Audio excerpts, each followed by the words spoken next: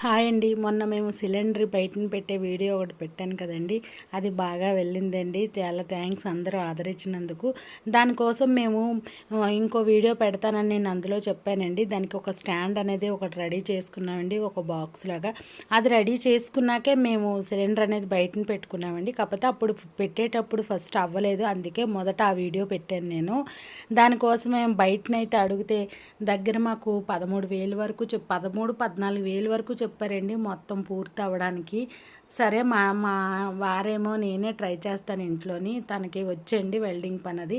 తన ట్రై చేస్తానని చెప్పి ఇంట్లోనే చేశారండి. మాకు మొత్తం మెటీరియల్, మేము చేసిన కరెంటు బిల్ ఏంటి అన్నిటితో కలిపి మాకు మేము ఆ సిలిండర్ పెట్టడానికి అయిన డబ్బులు, కాపర్ పైపులు అవి వాడాం కదండి, వాటికి అన్నిటికి కలిపి మాకు ఆ అమౌంట్లో వచ్చిందండి మొత్తం. అవి స్టాండ్ కడిగే దీంట్లోనే మొత్తం వచ్చినాయండి. ఇంకా మాకు డబ్బులు కూడా మిగిలినాయి ఇంకాని. తానే చేశారండి, నిదానంగా చేసుకున్నాము.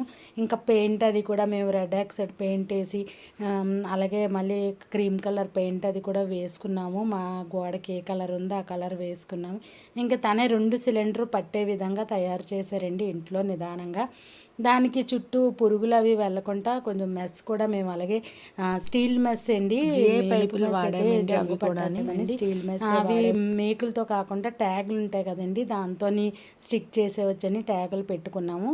అలా పెట్టి ఇంకా దానికి తాళం వేసేటైపు గడాది పెట్టి లాస్ట్గా లుక్ అయితే ఇలా వచ్చిందండి. అది చాలా బాగుందండి, కన్వీనియంట్గా కూడా ఉంది. 2 సిలిండర్లు పెట్టుకునే విధంగా తయారు చేశారు.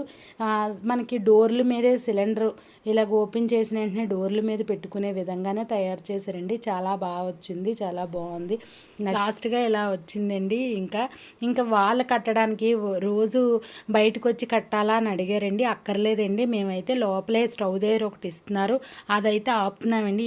ఇది అయితే మటుకి ఊర్లు అవి ఎక్కడికైనా వెళ్ళేటప్పుడు అయితే బయటను కూడా ఆపేసి సిలిండర్ దగ్గర కూడా ఆపేసి వెళ్తున్నాము.